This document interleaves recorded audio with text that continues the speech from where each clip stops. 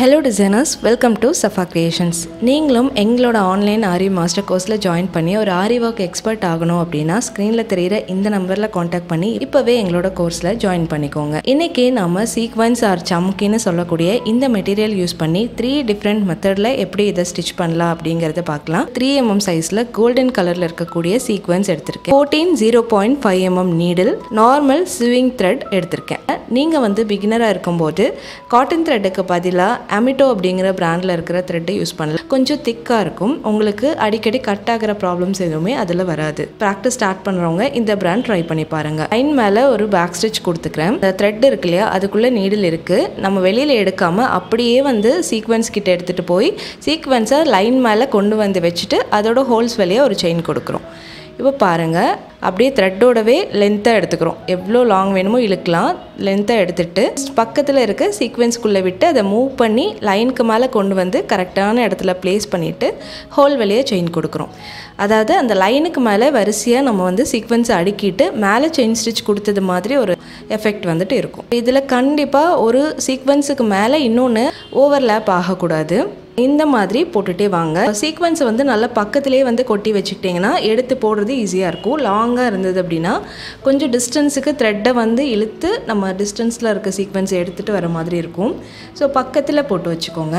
இந்த லைனோட எண்ட் கிட்ட நம்ம ஒரு எக்ஸ்ட்ரா செயின் ஒன்று போட்டுட்டு அதுலேயே எண்டிங் நாட் கொடுத்துடலாம். நீங்கள் ஒரு ஃப்ளவர் டிசைன் போடுறீங்க, ஒரு லோட்டஸ் போடுறீங்க அப்படின்னா அதுக்கு நம்ம அவுட்லைனுக்கு நம்ம எப்படி பீட்ஸ் கொடுப்போமோ அந்த மாதிரி இந்த சீக்வென்ஸை யூஸ் பண்ணியும் நீங்கள் அவுட்லைன் ஃபில் பண்ணலாம். நீங்கள் நெக்கில் நிறைய லைன் பை லைன் டிசைன்ஸ் போட்டுட்ருக்கீங்கன்னா அதில் கூட இந்த மெத்தட் யூஸ் பண்ணி சீக்வென்ஸில் ஒரு லைன் நீங்கள் ஃபில் பண்ணிக்கலாம்.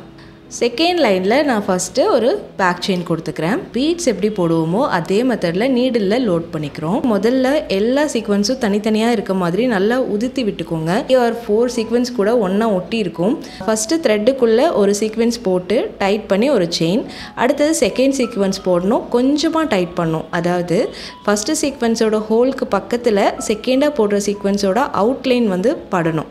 அந்த மாதிரி இருக்கணும். அதாவது மொதல் சீக்வென்ஸில் பாதியை செகண்ட் சீக்வென்ஸ் கவர் பண்ணும். இந்த மாதிரி போட்டிங்கன்னா அடுக்கடுக்காக இருக்க மாதிரி லேயர் சம்கி லைன் நமக்கு கிடைக்கும். கண்டிப்பாக அந்த ஹோல் ஒரு அடையாளமாக வச்சுக்கோங்க.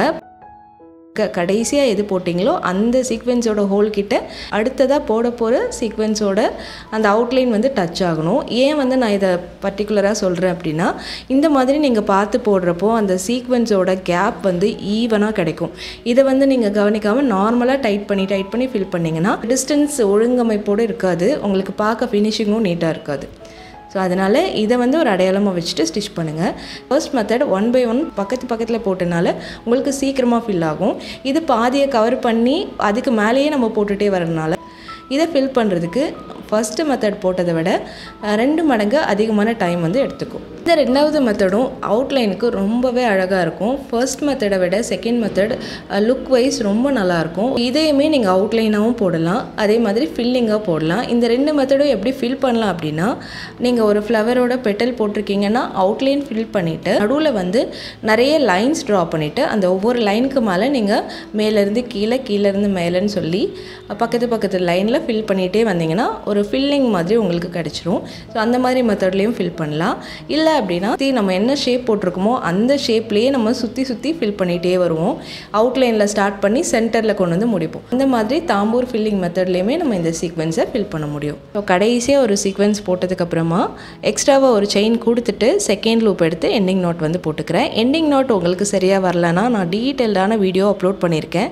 அதோட லிங்க் வேணும்னா லிங்க்னு எனக்கு கமெண்ட் பண்ணுங்கள். தேர்ட் மெத்தட் பார்க்கலாம். இது கொஞ்சம் கிராண்டான லுக் கொடுக்கும். ரெட் கலர் சீக்வென்ஸும் ஒயிட் கலர் பேர்லும் எடுத்திருக்கேன். பேர்லோட சைஸ் 4mm. ஒரு பீட் ஒரு சீக்வென்ஸ், ஒரு பீட் ஒரு சீக்வென்ஸ். இந்த ஆர்டரில் உங்களால் எவ்வளோ நீடில் எடுக்க முடியுதோ அவ்வளோ நீங்கள் லோட் பண்ணிக்கலாம். நான் இப்போ 14ல் போடுறதுனால 3 செட் ஆஃப் பேர் தான் லோட் பண்ண முடியுது. ஒரு பேக் செயின் கொடுத்துட்டு ஃபர்ஸ்ட் லூப்பில் ஒரு பேர்ல் ஒரு சீக்வென்ஸை ஒரே செயினில் போட்டு டைட் பண்ணி செயின் ஸ்டிச் போட்டுடணும். செகண்ட் லூப் கிடச்சிருச்சா, செகண்ட் லூப்பில் மறுபடியும் ஒரு பேர்ல் ஒரு சீக்வென்ஸை ஒரே ஸ்டிச்சில் உள்ளே போட்டுட்டு டைட் பண்ணி ஸ்டிச் பண்ணிடணும்.